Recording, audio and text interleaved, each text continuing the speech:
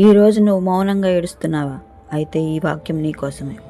ఈ లోకంలో నిన్ను అర్థం చేసుకునేవారు లేకపోయినా, నీ కన్నీళ్లు విలువ ఎవరికీ తెలియకపోయినా, నీ పోరాటం నిశ్శబ్దంగా సాగుతున్నప్పటికీ, ఈరోజు దేవుణ్ణి ఒక్కటే అడుగు. ఓ దేవా, నా కోసం యుద్ధం చేయి. నేను మాట్లాడలేని చోట నీవు నా స్వరంగా నిలబడు. నేను బలహీనుడనై కూలిపోతున్న వేళ నీవు నా బలంగా మారి ముందుకు నడిపించు. ప్రజలు నన్ను తక్కువ చేసిన, పరిస్థితులు నన్ను చిత్తు చేసిన, నా శత్రువులు నా మీద నవ్విన, నీకు తెలుసు ప్రభువా. నా కన్నీళ్లను నీవు చూస్తున్నావు, నా బాధను నీవు వింటున్నావు. ఈ యుద్ధం నాది కాదు, ఈ పోరాటం నీది. ఇది నీదే ప్రభువా. దేవా, నా కోసం యుద్ధం చేయి. నిర్గమాకాండం 14:14 ద్వారా, యెహోవా మీ కొరకు యుద్ధం చేయును, మీరు మౌనంగా ఉండుడని నాతో పలికావు తండ్రి. నా కోసం యుద్ధం చేయి, నీ విధానం నన్ను విజయానికి చేర్చు అని అడిగి చూడండి.